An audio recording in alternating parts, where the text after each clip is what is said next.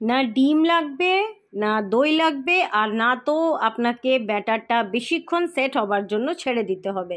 খুব কম উপকরণের মধ্যে, খুব কম সময়ের মধ্যে আজ আমি চকো লাভা কেক আপনাদের সাথে শেয়ার করছি।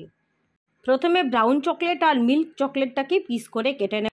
একটা মিক্সিং বলে মেল্টেড বাটার আর চিনিটাকে মিক্স করে নেব। এরপর আলাদা একটা বলে স্ট্রেনার দেব। স্ট্রেনারে আটা, cocoa powder, baking powder, baking soda, milk powder দিয়ে সবটাকে চেলে, তারপর সব উপকরণগুলোকে মিক্স করব, সাথে একটু দুধ দিয়ে দেব যদি এটা ঘন হয়। তারপরে একই প্যানে একটা একটা করে চকলেটের ব্যাটারটাকে দেব, মাঝখানে চকলেট দেব, ওপর থেকে চকলেটের ব্যাটারের আরেকটা করে কোটিং দিয়ে দেব। তারপরে 4 থেকে 5 মিনিট এটাকে বেক করে নেব। এরপর রেডি হয়ে গেল চকো লাভা কেক।